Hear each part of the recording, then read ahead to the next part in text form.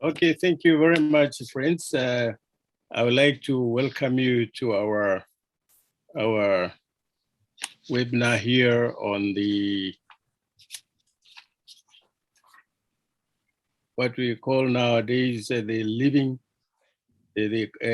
NIFEA E-conference on living sufficiently and sustainably.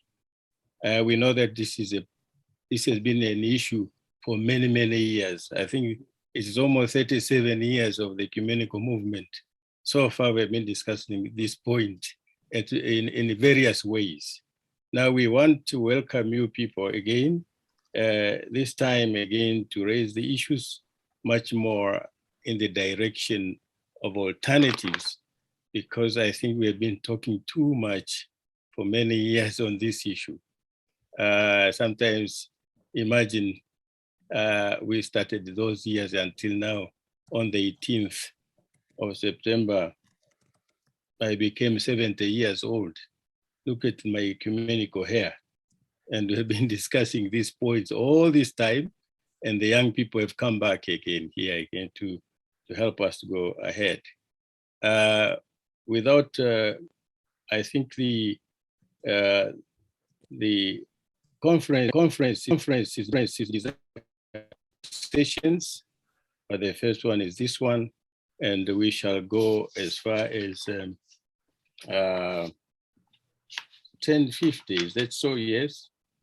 We're going to for the presentation, and then there will be Q&A answers there. So I would like first of all to invite to introduce the speakers on the panel. Lemaima Jennifer, is he there? Yes, hi, hello. Hi. Where are you? Yeah, I want to hear, I want to see you. Welcome, Lemaima. Jennifer. It's Yemaima. Yemaima. Yes. Jennifer. Sorry for this, pronunciation from an African perspective. No He's worries. a young person from the Methodist Church in Fiji and the Pacific Conference of Churches, and you are passionate about climate justice and part of the Re-Weaving the Ecological Map youth team. And then we have Dr. George Zachariah. Is he around? George? Not yet there.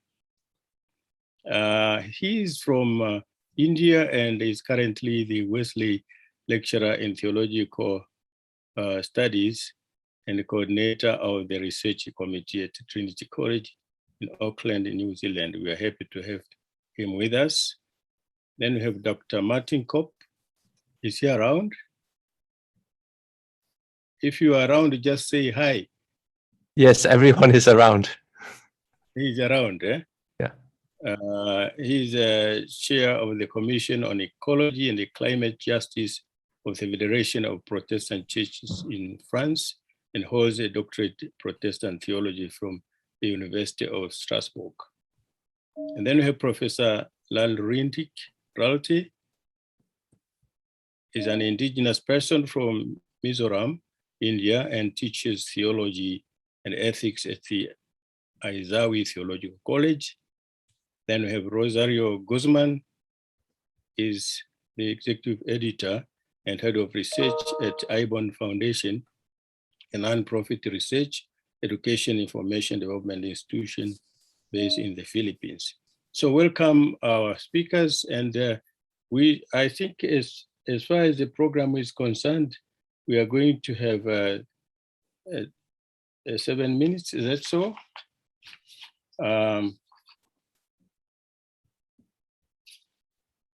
Presentation, and then we shall follow one after another, and then later on we shall have questions and answers. So without wasting time, I would like to give then, I'll pronounce Jennifer to start presentation. Thank you so much. I guess I will then go straight into conversation by starting off and saying, speaking about the topic the Degrowth, Living Sufficiently and Sustainably. So when sharing on the topic from Pacific Indigenous perspective, I always like to weave into discussions on our Pacific Indigenous spirituality and how this also brings in the concept of relationships. Our Pacific spirituality goes hand in hand with our culture and our identity. It is what underpins the well-being of our Pacific people and is formed around a relational worldview where we see ourselves interconnected with everything in our surroundings, bringing in what we would usually call holistic. This worldview is often the underpinning factor that shapes the Pacific perspective of doing things. Our personhood is not a standalone, rather we are relational beings ourselves. For example, in the Pacific, we are raised to care for our extended families or neighbors, even when we have less, always ensuring that they are taken care of when in need. We often use this worldview as a lens for decision-making and how that decision would affect or would benefit not just ourselves, but our community, also inclusive of our environment. Lastly, this relational worldview is an outlook we usually take on in approaching life in any activity. Whether this would be through sustainable fishing or planting methods used to conserve resources, taking only what is needed and allowing the land or ocean to rest by providing a period of time where it is tambu, or in English, sacred and not to be touched, so that it may be able to reproduce. This worldview that is used is what creates harmony. It's what reciprocates love. And our spirituality through these relationships encompass most, if not all of life. So from Samoa, from where I am originally from, we speak on an embracing yet sacred relational energy called va and fa'alualo, referring to face-to-face reciprocity and respect of relational spaces. From Fiji, which is my second home where I'm currently residing, we usually call this vewakani, meaning relationship, community, respect, and harmony. For us Pacific people in our cultures, we bury our baby's umbilical cord in our land to ensure connectedness of this child with its motherland. And through our legends and our stories, we recognize the form of totemism that is also present and how this creates kinship with the plant or animal. So in other words, when I'm sharing this, Pacific people are born into a life where it is enhanced and protected by relationships. We do not usually create relationships, but rather we continue these relationships so that they're able to flow from generation to generation. Much of this indigenous spirituality also weaves into our Christian spirituality, where we see God as relational himself. So because he is relational, this also means that everything else is relational too, where it is structured according to our interconnectedness, which is why we as Christians, we use our prophetic voice to speak on stewardship or to also speak on caring for our neighbor and so forth. We as Christians, we know that as part of God's mission of love and justice, we cannot just have a relationship with just us, ourselves and with him, but we also need to take into consideration our relationship with our surroundings, working towards living in a harmonious balance with the other, whether this would be with humanity or with our environment ourselves, our environment, sorry. So over the years, we have noticed the ultimate failure in the neoliberal paradigm and how this has contributed to the moral crisis we as humans face today. It has brought in the concept of individualism, where it has birthed a culture of greed, only focusing on the betterment of yourself and no one else. The development frameworks used in our system today are very much profit and production driven. So rather than those development frameworks catering for the well-being of our people and our planet, such frameworks that not only upsets harmony, but it also imposes harm on the environment and all that surrounds us as humans. For many years, the implementation of these frameworks into our Pacific context has also harmed our way of living and has abandoned or divided God and our relationships through our indigenous spirituality, putting sole emphasis on individualism, which comes at the expense of relations, but also goes against who we are as Pacific people. Therefore, brings in my argument for the strong need to reframe to reframe or rethink our development frameworks. We need to reconfigure a framework that is life-affirming, that does not sideline our spirituality as Christians and as Indigenous people of the land.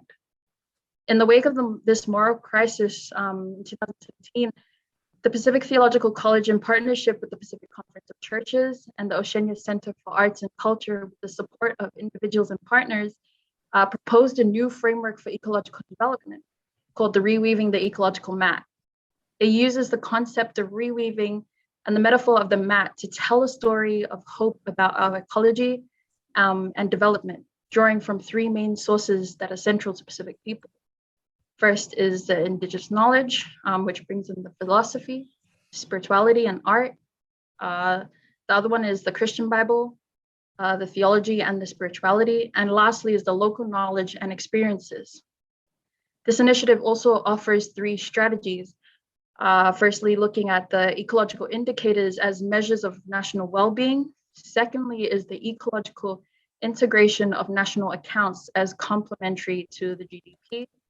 And lastly is research and education at community, national, and regional levels to help reweave those strands of the map that have been torn in Pacific communities by neoliberal development frameworks. An initiative that is about the sustainable development and well-being of communities in their ocean, their lands, rivers, flora and fauna, forests. And it also offers a holistic, sustainable approach that will enable Pacific communities, not just Pacific communities, but other Indigenous communities to progress into the future assured of themselves and their place in the world.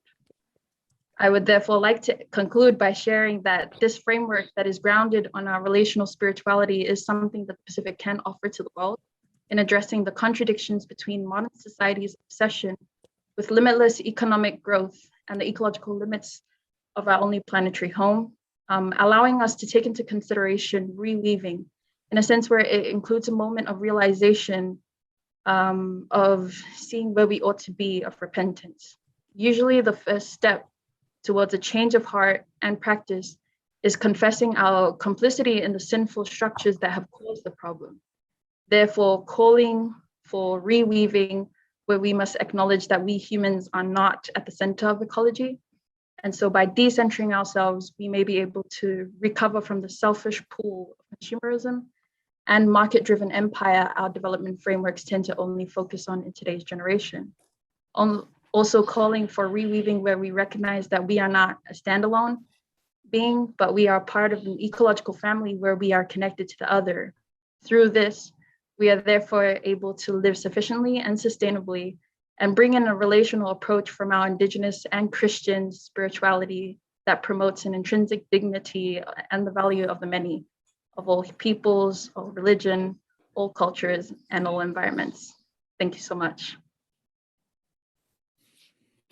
Thank you very much, Jennifer, and you took your time properly, and very powerful presentation about relational and the way the relational economy and the way you work in the communities that is not an individual, but creating a community with harmony with the ecology and nature. Very important. And also you came to give very specific examples of the initiatives, even what the Theological College are doing down there. Very interesting.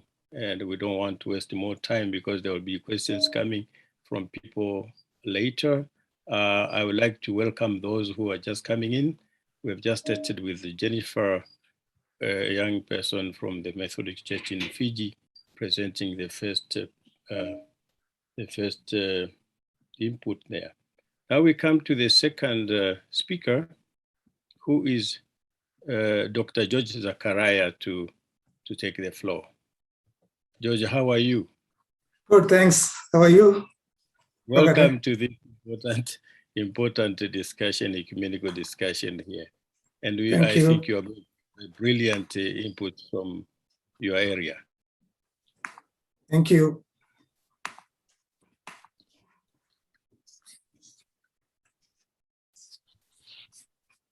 Kia ora, greetings to you all from Aotearoa, New Zealand. In our contemporary endeavors for creating life-flourishing communities, we encounter two major challenges: the neoliberalization of alternatives and the single-issue approach of the ecological movements. Neoliberalization of alternatives is the process of neoliberal co-optation of the radical ecological discourses and practices. The single-issue approach is the inability, or rather reluctance, of the ecological movements to recognize the ways in which multiple forms of oppression intersect and disproportionately affect communities at the margins. It is in this context that this presentation attempts to reflect upon degrowth informed by the indigenous and subaltern communities and their movements from the global south. This presentation envisions alternatives that are intersectional and unincorporated. The post-World War era witnessed the emergence of new forms of imperial plunder packaged in a new wineskin called development as the panacea for the ills of underdeveloped nations. The governments in the global south used development and growth to legitimize their occupation and plunder of the commons and the commoners. The alternative ecological discourses initiated in the 1970s and 80s by grassroots social movements critiqued capitalism for creating poverty and inequality and threatening ecological sustainability. Sustainability thus emerged as the catchword for the survival of life. Thanks to the neoliberal takeover of global bodies such as the UN, capitalism's flourishing, rather than its rejection, became the focus of the alternative project of sustainability. Through the concept of sustainable development, the neoliberal agenda of co-opting sustainability discourses was achieved by integrating economic growth, eradication of poverty, and ecological integrity as interdependent. The rest is history. Mainstream environmental groups also joined this bandwagon of ecologically sustainable economic growth model. Environmental activism thus has become meeting targets, changing attitudes, and being responsible consumers, a shift from system change to lifestyle changes. Post-development theories emerged in the 1990s, exposed how development as an anti-politics machine disempowered the moral agency of the community. They proposed alternatives to development as the alternative for ecological and economic well-being. The discourse on sufficiency envisions alternative political and economic structures and appropriate material standards of living. Sufficiency principle is not obsessed with what is too much, but it is more concerned about what is too little. Sufficiency is an important ethical paradigm for creating alternative communities. The concept of degrowth emerged with a vision to reduce the impact of environmental destruction of capitalism in the global north through voluntary simplicity and lifestyle changes. It challenges the hegemony of growth and calls for a democratically led redistributive downscaling of production and consumption. In the global south, degrowth combines both resistance and regeneration. Resistance against corporate mega projects such as big dams, mining, and fracking on indigenous commons, and regeneration through rhizomatic relationships of commoning. Degrowth also affirms the principles of sufficiency and sustainability and practices deep solidarity with other marginalized communities. We come across a variety of degrowth practices in the global south among the indigenous and subaltern communities. Let me introduce three such practices of degrowth from three different continents. Beyond Vivir is a practice adopted by the indigenous movements in Latin America. This is an indigenous concept which means good life, well-being, and harmonious living. Ecuador and Bolivia have already inscribed Beyond Vivir in their constitution.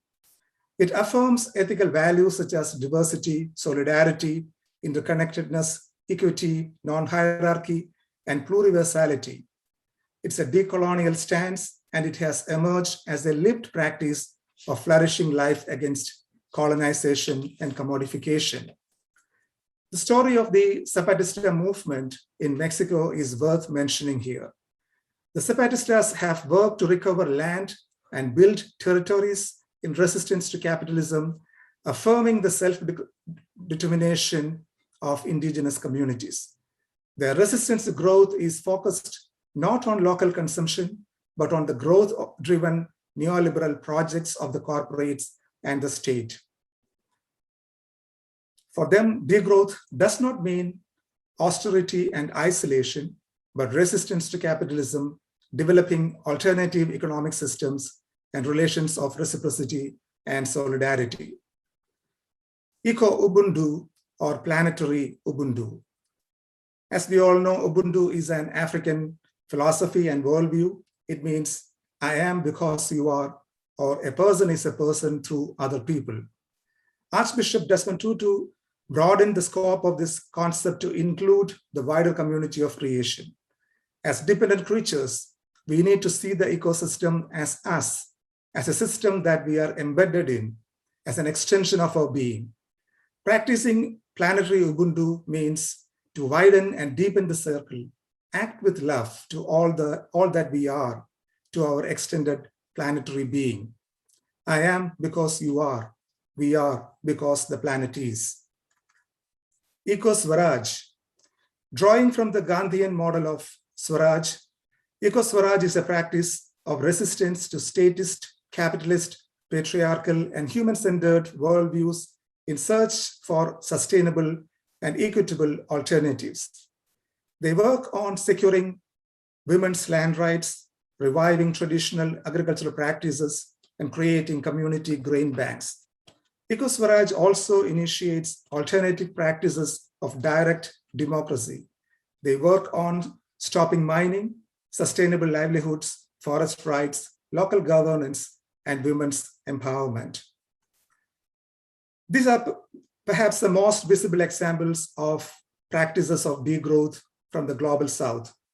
These radical alternatives are becoming more visible, credible, and viable. I would like to identify two distinctive commonalities in these practices. One, they contest and critique neoliberal capitalism, and two, they are inspired and informed by the cosmovisions of the indigenous communities. However, a conscious and consistent commitment to engage with interlocking systems of oppression, such as racism, patriarchy, and casteism, seems to be rather absent in these alternative models of degrowth. Let me briefly elaborate it. Degrowth practices in the global south tend to glorify traditional social structures and practices which are patriarchal, racist, and casteist. For example, by glorifying the casteist ancient Indian culture, they valorize and legitimize casteist traditions as organic and natural. As Baba Saheb Ambedkar reminds us, nature is entangled in the ugliness of caste injustice. Our land and water bodies are embedded in hierarchical social relations and structures of power. Therefore, our alternative philosophies and practices of degrowth should take the criticism seriously and become intersectional. The mainstream understanding of recovery in the context of the current pandemic is to restore normalcy. We might flatten the curve and return to normalcy, but we need to realize that the main culprit for the current crisis is this very normalcy that we have been faithfully practicing. The pandemic has exposed the sinfulness of the prevailing order. Our responsibility in these tragic times is to annihilate the prevailing order and to create alternative social relations and systems that are just and life-affirming. A just and sustainable recovery requires confronting the interlocking crisis of inequality, racial injustice, COVID-19, and climate injustice. During the pandemic, the church is called to become a therapeutic presence in the world. Thomas Halleck identifies three ministries of healing for the church: diagnostic, preventive, convalescent ministries. The diagnostic ministry involves the courage to identify the signs of the times.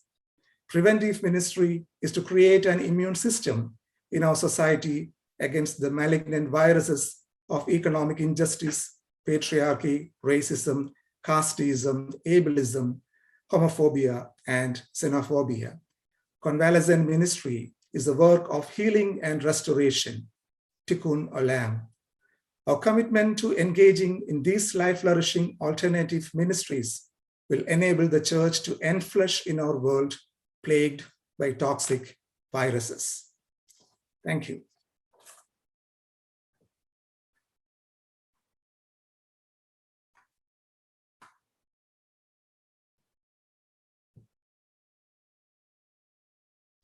Rogata, you have to unmute yourself.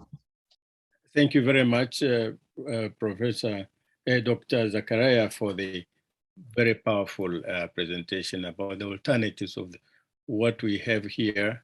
Sometimes we call this a madness in the world, whereby we continue destroying the environment, we destroy ourselves, and we keep on drawing from the planet for more growth.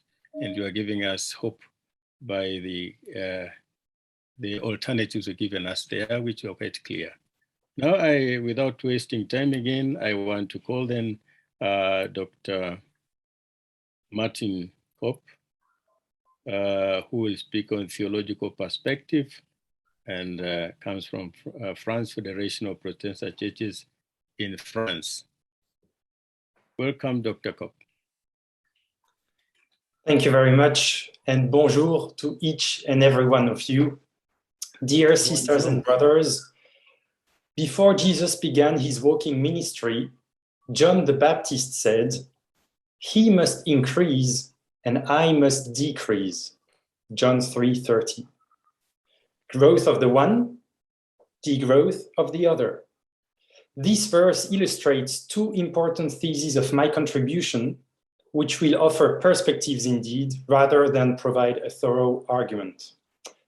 My first proposal is that thinking theologically about degrowth does not first consist of making a Christian case for living more simply, a case which has been made and well made by several theologians from Ronald Cedar to Sally McFagg, and which would speak first and foremost to the wealthy that overconsume.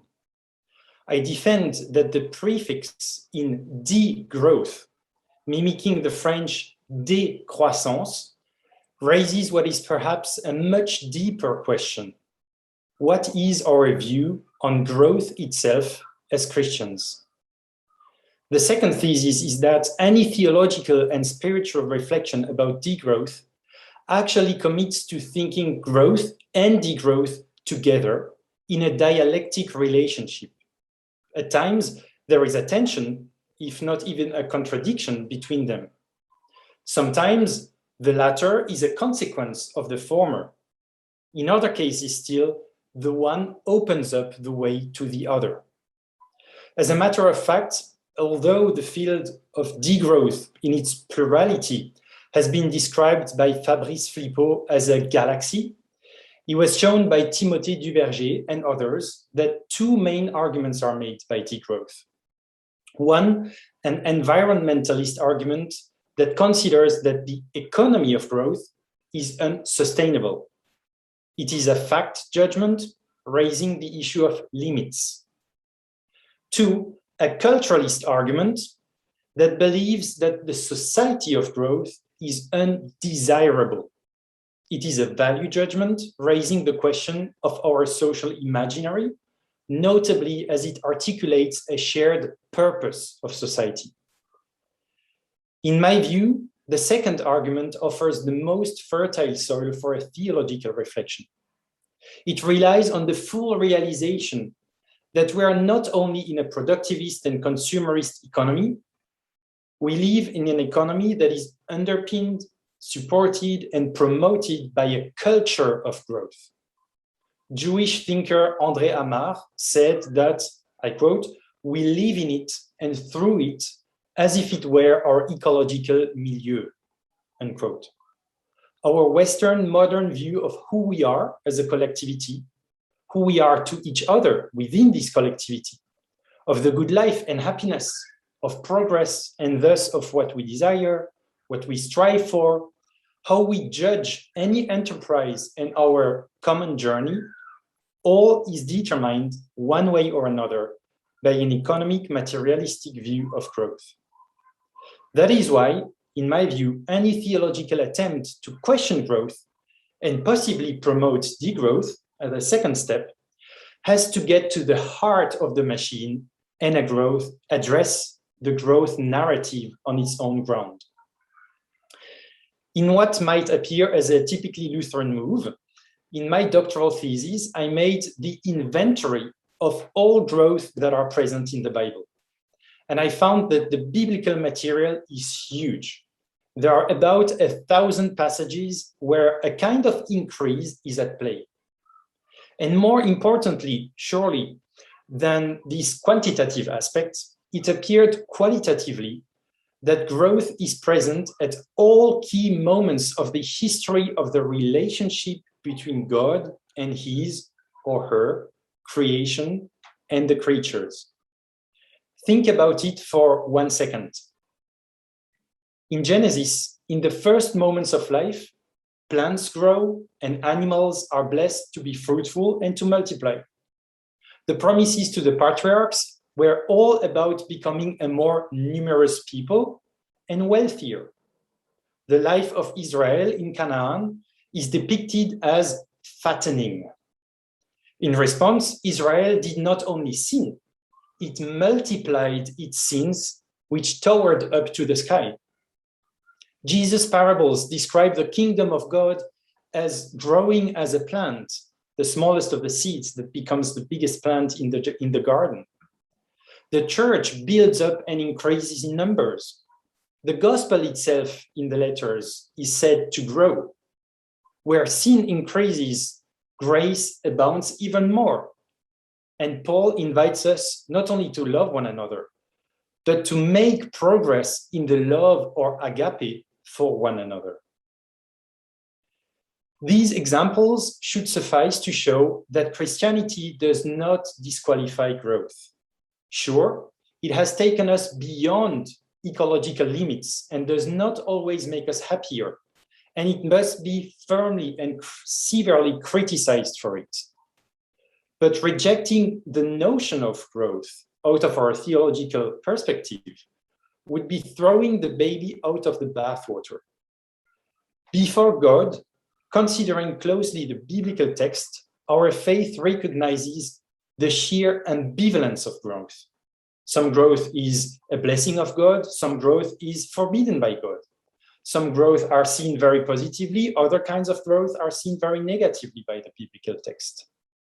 So at heart, theology is led to always ask the question of the meaning of growth. And this goes through 5 sub-questions. Growth, yes, but of what? For what? For whom? How? And how far? I will put those in the chat later on. I cannot here, of course, explore the 5 of them.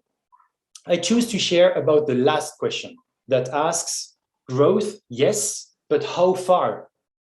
For asking this may be the most countercultural and disruptive move that Christian theology can make in a society that has turned the means of growth into an end in itself. A society that, by always looking for better, forbids itself to ever find the good.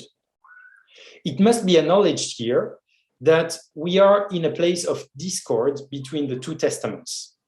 In the First Testament, it is generally valued to get richer. In the New Testament, enrichment or the desire to increase one's wealth are condemned. In the parable of the sower, the seduction of wealth is identified with the thorns that choke the word and prevent it from bearing fruit.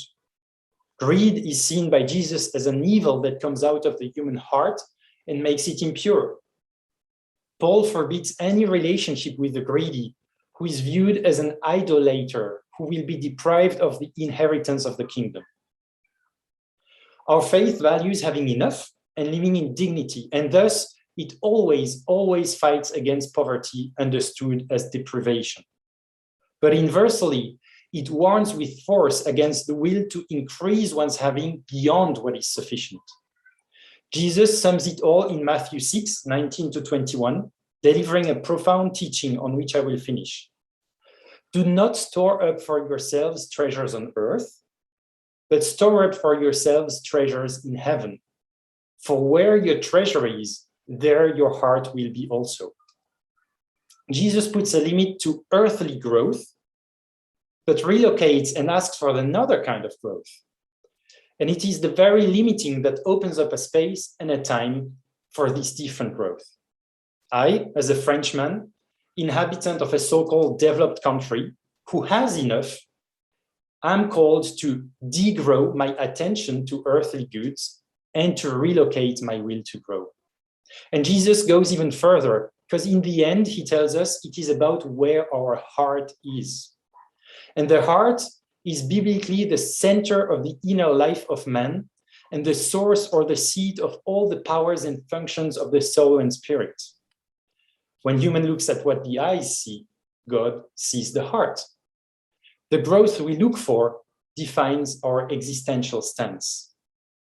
To conclude in a nutshell, I would say that the alternative I bring to the table for our discussion about degrowth is that as Christians, we can and should counter the Western modern narrative of economic materialistic growth, not only with degrowth, but with an alternative imaginary of growth which, acknowledging the need to grow out of need, then relocates growth into all human dimensions that make us, in various ways, images of God, culture, art, politics, knowledge, and ultimately, spirituality.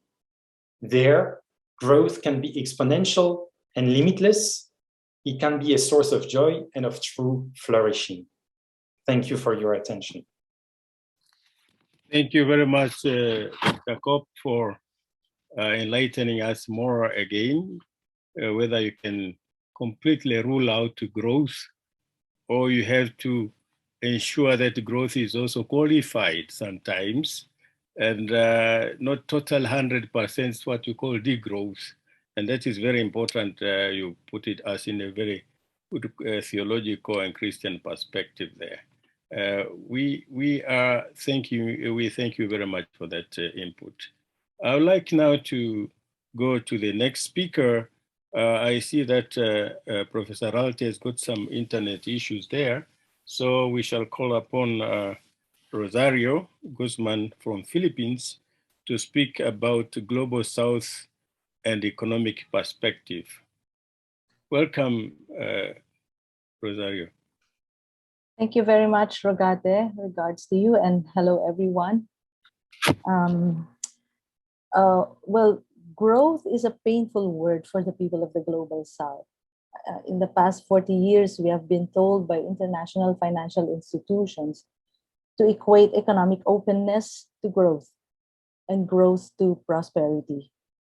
And this paradigm has led us to unbridled inflow of foreign capital and outflow of super profits in the form of domestic revenues and natural and human resources. It has also consigned our economies to being captive markets of foreign products, and it has frustrated our chances of being able to produce for our real needs and on our own. Growth has introduced another yet painful term, privatization, and the people have seen public utilities, social services, and the commons being taken over by private corporations and individuals. Then 4 decades later, some countries from the Global South emerge economically with tremendous growth rates that surpass the North. An Asian century is dawning, or so we have been told, to emphasize the growth potentials of the Asia Pacific. And these trends, we have been told as well, could foster South-to-South cooperation and finally overall growth. But the Global South has only continued to have the worst massive unemployment and the highest out-migration of working people. And this jobs crisis has been favorable for investors to depress wages even more while overpricing commodities. IFIs and multilateral agencies have insisted that the low wage levels are more than enough for people to live on. And that is also in order to legitimize cheap and flexible labor. And yet, millions of global South populations are living below these understated standards. At the peak of our growth patterns, we have also reached the brink of ecological collapse. Centuries of colonial logging, large-scale mining, energy and fossil fuels extraction, monocrop plantations, commercial fishery, and chemical agriculture have already devastated our environment. But we have not been liberated from such bondage of feeding the capitalist needs of the rich colonizers, even under so-called independence. In the last 4 decades, we have seen the new kind of colonial plunder and pillage of our natural resources and heritage, or whatever is left of it, as we have been told that our attainment of economic growth necessitates liberal and efficient resource utilization. Liberal here is defined as unhampered by protectionist and nationalist policies. Efficiency here is defined as cheapening our resources to yield the highest returns on private investments. As COVID strikes, the global South populations are disproportionately hurt. This is because our original plague has been the privatization and commercialization of public health systems, which has debilitated our government's capacity to effectively respond to the pandemic. Strong health infrastructure is practically absent due to so-called universal health care being peddled by IFIs. And this has veered public health system away from direct service provision towards being insurance-driven. In other words, into downright financialization of public health. Millions of people do not even have access to clean and safe water during a pandemic, where washing hands is basically it's basic prevention. So apparently the paradigm of growth has also led to massive state default on upholding people's rights and welfare. The reality of growth from the perspective of the global South is that it can be achieved simply by being open and attractive to foreign capital. And our governments have gone to great lengths just to capture this otherwise exploitative capital. Economic sectors are opened up, public utilities are offered, natural resources are surrendered, and social services are turned over all to private and foreign business. And then our governments work on infrastructure and gentrification projects to provide foreign investors and big local businessmen the infrastructure as well as the business they want.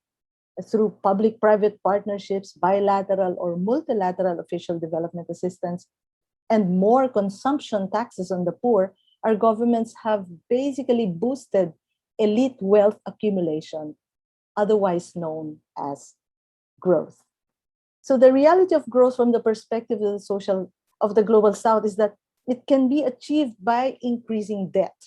And then again, IFIs and financial agencies, they rate the creditworthiness of global South economies, whether they can actually pay for the debt and therefore can borrow more, and whether they can borrow more to guarantee the profitability of investors. So it is such a vicious circle, which has created an equally vicious fetish for GDP growth. In the Philippines, in my country, at the height of bungled government response to the pandemic, our economic managers were even looking at the credit ratings instead of the statistics on COVID, unemployment, and bankruptcies of small businesses. As soon as it partially reopened the economy, the government prioritized infrastructure right away over health and economic assistance.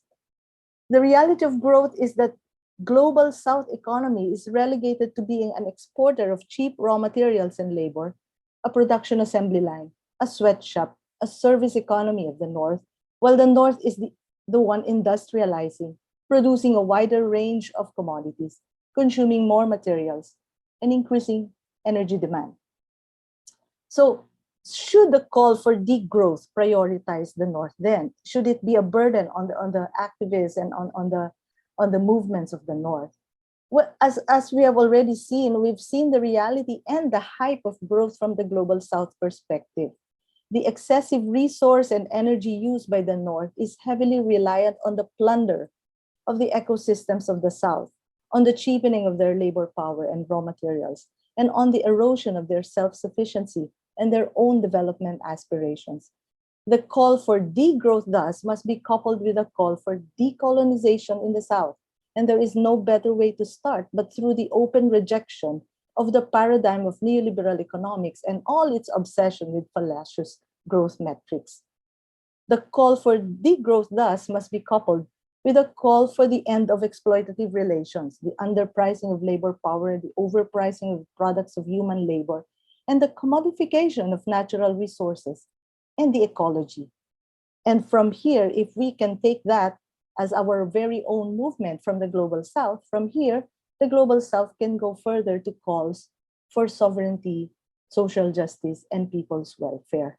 I would just like to mention that it was already late when I realized that this is a session of sharing visions of degrowth and also of sharing how we do it in our own movements. I will leave it in the chat box.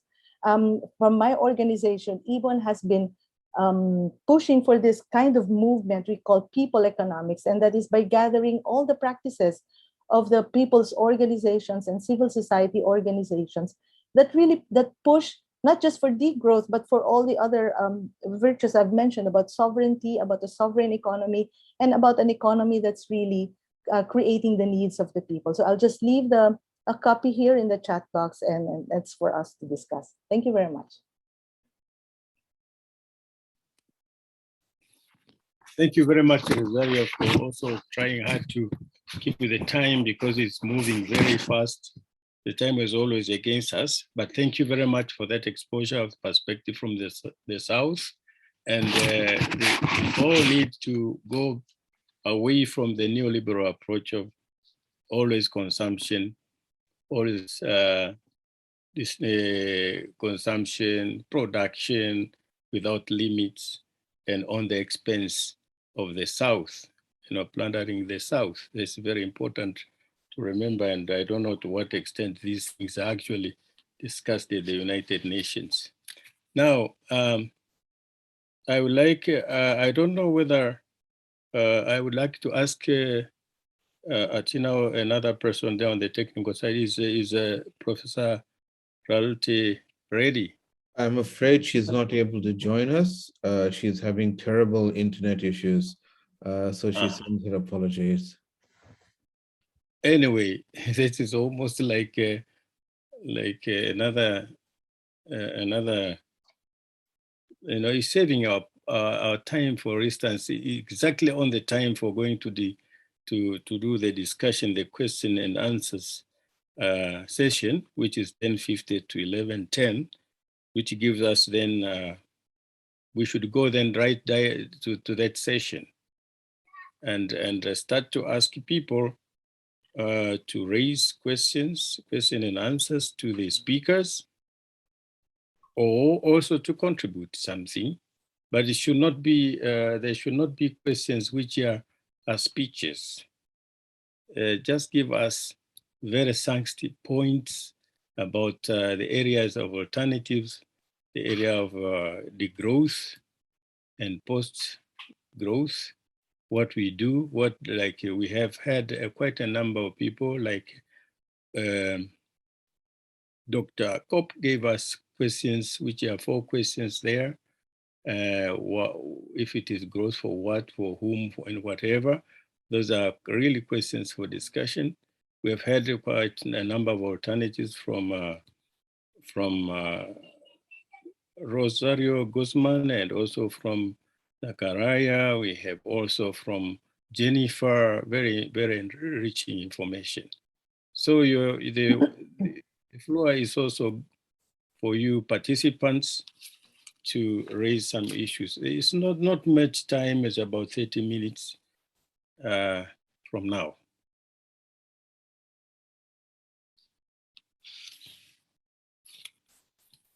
How do I see some people? Do you have to write your question on the chat, or some of them, if I can see them on the screen?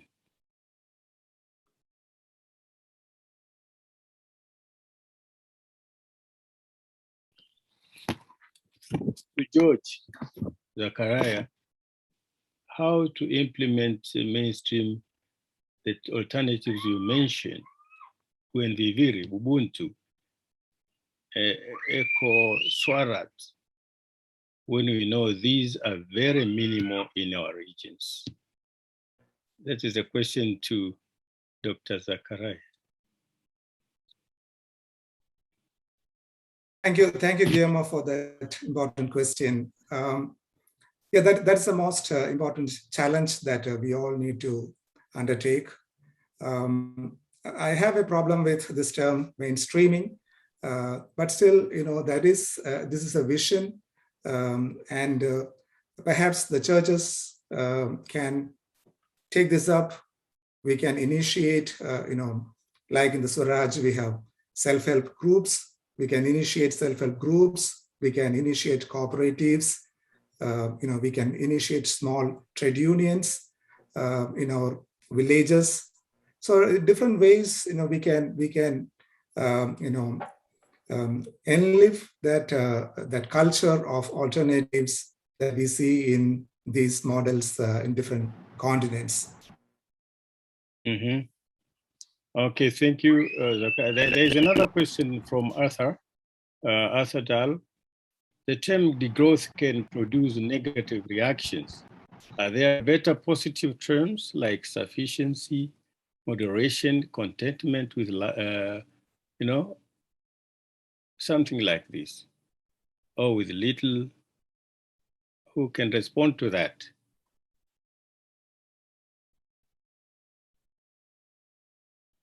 And to Lamaima, what do you see as the role of young people in this movement in the face of increasing materialism? So the first question I want Dr. Kopp to respond to that.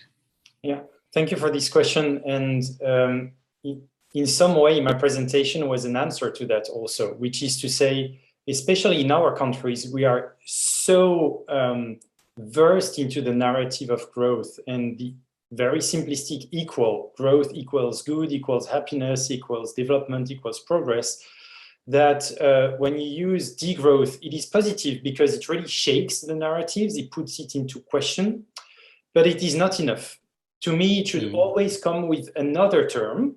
And here, the degrowth movement actually does not wish to have one single alternative, because the horizon of degrowth is the opening of what could call a matrix of alternatives that maybe also has to be said in local languages, which we shall not replace one universalist single path and narrative worldwide with another one. Why can't we say things differently in my region or in my country and in other places?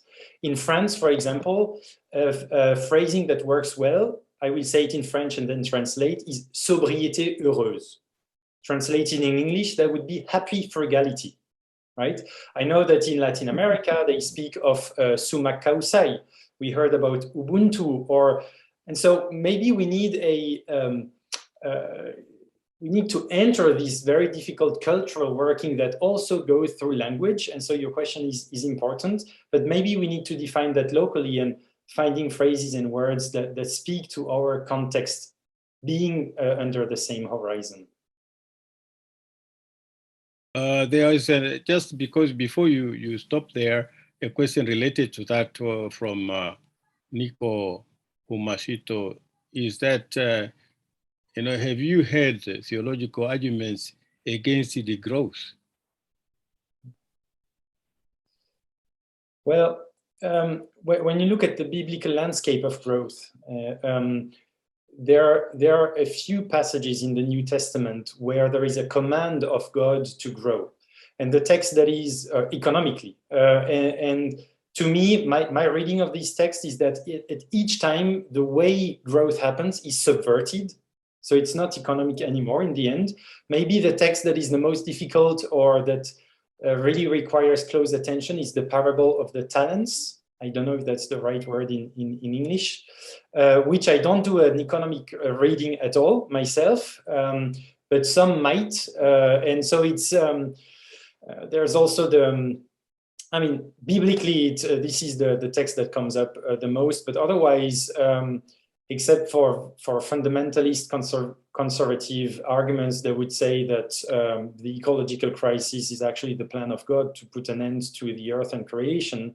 I have not seen specific counter arguments for degrowth as such. Usually they lie in the belief that growth is actually the solution to all problems and humans' happiness. Oh, okay, good. I've not heard some people speaking about the gross national happiness, which is now Bhutan, they are practicing that. To what extent that one is now working? Must be. Do instead of the gross national product or gross domestic product, they are talking about the gross happiness index. So to what extent, this is Rosario's question, whether that model is actually working. Actually, I would also like to respond first to the question of degrowth as a term having a negative connotation. When I was younger, in school, we were already trying to dethrone the GDP as a measure of development. But then again, that was maybe 30 years passed, and still the GDP is king. It still sits on the throne of being the measure of growth. So I think degrowth means moving away from the gross domestic product as a measure of well-being, and having measures that really show that people have everything they need, and people have this level of happiness. So during our discussions in the past, we were talking of maybe a greed line of up to what point people can be greedy. But in the end, we were actually looking at a measure that will not be about economic growth, but will be about the fulfillment or the contentment of people. So degrowth is actually a shake-up term. It's a wake-up call for people who have believed in the economic metrics that GDP or investment levels are measures of growth, and these are measures of what should be the culture, when in fact people are just content with having their basic needs attended to and their human rights being respected. So I think that is degrowth is a movement that pushes for a positive outlook outside what has been taught us, that GDP is fine. If you have contraction, then you're sad. If you have growth, then you're happy. Which as a young student, we've been saying, but the GDP cannot be eaten. It's not divided equally among us. And then what is not being talked about here is that growth is actually going into the pockets of only few people. So I guess that's the narrative of degrowth. Okay. Jennifer, you had some questions related to you there. Can you respond to them? Yeah, sure, I could. Obviously respond to Reverend James' question that he had asked on the role of young people in the increase of materialism. I think, speaking from a young person myself and living in today's generation, I've seen that with the growth of production also comes in the throwaway culture. And this throwaway culture is very active in our young people. Whenever a new iPhone or something comes in, they're always like, oh, okay, I have to get this because everyone else has it. And what they don't realize as well is that they feel as though that more is better. And there's a need to perhaps shift or the mindsets to a more sustainable that allows us to recognize that this throwaway culture is really harming our environment, or our ecology, as we would call it. For us in the Pacific, I know when it comes to the neoliberal development frameworks, they usually tend to pose in the more is better. That having more is when you have more, that is you're seen as higher up or better. But for us in the Pacific, we like to also preach on that, that for us and in our Pacific identity and our culture is that less, having less yet more is the more sustainable approach. So even though we would have, for example, when we, speaking on the relationality that I had spoken on earlier on, when we would get catch from our community or when our community would go out for the catching, go out fishing and they would get catch, or when they would get harvest, when they would harvest their plantation, they would usually come back and give their first fruits out to the other people within the communities. And then from there, they keep what is left behind for themselves. This also shares a reciprocal or culture of sharing.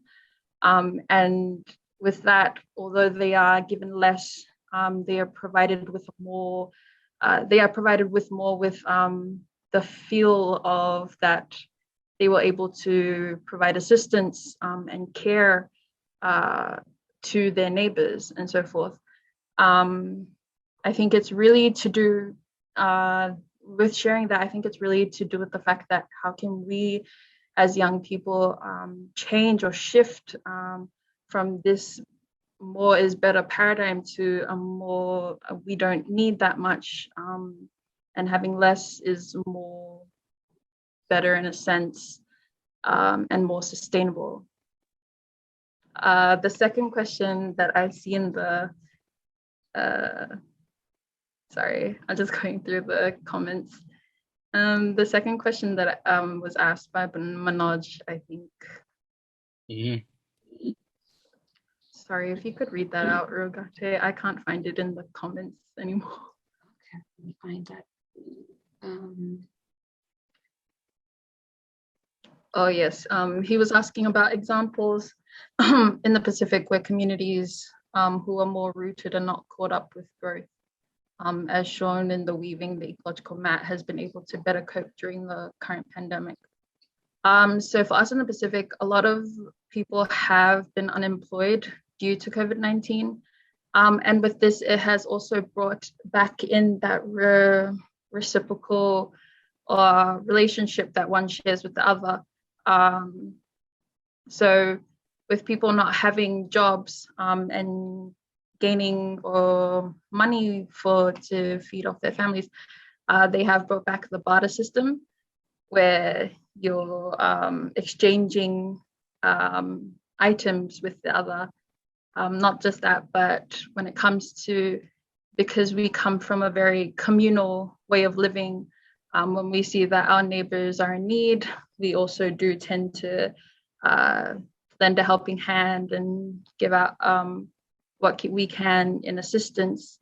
I have also noticed that due to the unemployment, the rise in unemployment with our pandemic crisis that is happening in the Pacific, a lot of people have also gone back to sustainable living, bringing back in their agriculture and seeing as to how this also creating their own sustainable food banks at the back of their yards as a way to, I would say, live sufficiently and sustainably as well, supporting local foods and not having to go out to the market and contribute to the market-oriented system, if that makes sense. Thank you so much. Thank you very much. Also, I think there are a number of good comments coming on the chat, and also speakers are responding to them. So you should not miss that one. We have had this theme has been quite for some time. Even the World Council of Churches, Athena was also an editor for the book called The Grid Line. You know, the grid line, which is a tool for a just economy.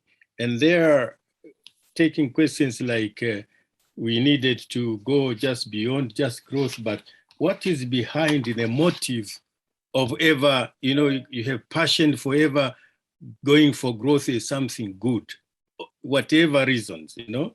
So there are also psychological, theological, spiritual reasons. I think people can continue to also see the kind of indicators put there. When do I say now it is enough? I don't have to accumulate more. So there are many questions. Another one was on justice, not greed. A lot of speakers, including Marcos Arruda, spoke about the growth there, and that was already a long time ago. The question is still, why are we not doing it? Why are these discussions not going to the mainstream of the global powers like the United Nations and so forth? I think that is the area which we are battling with, because the question is, the small alternative, yes, but to what extent are they now going to dent this system that is always going on and becoming even more powerful during the pandemic?